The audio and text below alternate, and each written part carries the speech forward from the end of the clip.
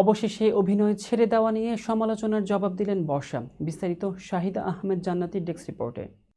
চিত্রনায়িকা বর্ষা সম্প্রতি ঘোষণা দিয়েছেন হাতে থাকা 3টি ছবির কাজ শেষ করলেই তিনি অভিনয় থেকে সরে দাঁড়াবেন।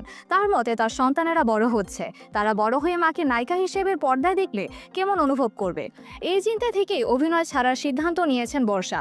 বর্ষার এমন সিদ্ধান্ত ঘিরে শোবিজ অঙ্গনে শুরু হয়েছে মিশ্র প্রতিক্রিয়া।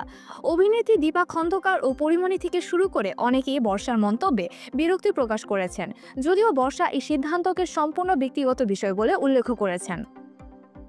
সম্প্রতি একটি সাক্ষাৎকারে বর্ষা বলেন, সোশ্যাল মিডিয়ায় সবকিছু বলা উচিত নয়। আমি যা বলেছি সেটা আমার একান্ত ব্যক্তিগত চিন্তা এবং সিদ্ধান্ত, অথচ এটা নিয়ে মানুষজন অযথা আলোচনা সমালোচনা শুরু করেছে। তিনি স্পষ্ট করে বলেন, অভিনয় ছাড়ার সিদ্ধান্ত তার সন্তানদের ভবিষ্যতের কথা ভেবে নেওয়া হয়েছে। বর্ষা আরও বলেন, আমি কি কাউকে অসম্মান করেছি? আমাদের মিডিয়াতে অনেক দম্পতি আছেন যারা একটা সময় অভিনয় ছেড়ে দিয়েছেন। মৌসুমী, ওমর সানি কিংবা নাইম শাবনাজের মতো জুটির কথাই ধরুন। আমরা তাদের ভালোবাসি এবং তাদের সম্পর্কের প্রশংসা করি, তাহলে আমার সিদ্ধান্ত নিয়ে এত সমালোচনা করার কি আছে? বর্ষার মতে অভিনয় ছাড়ার সিদ্ধান্ত একান্ত ব্যক্তিগত এবং এটা অন্য কারো বিরক্তির কারণ হওয়ার কিছুই নেই।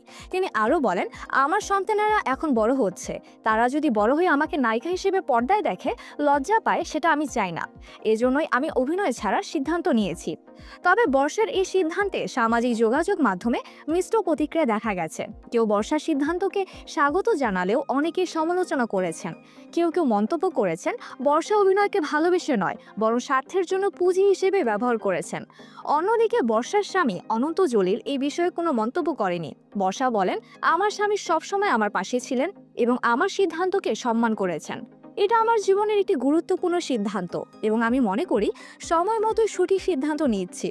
বর্ষার এই সিদ্ধান্ত নিয়ে আলোচনা সমালোচনা আরও কিছুদিন চলবে বলে ধারণা করা হচ্ছে।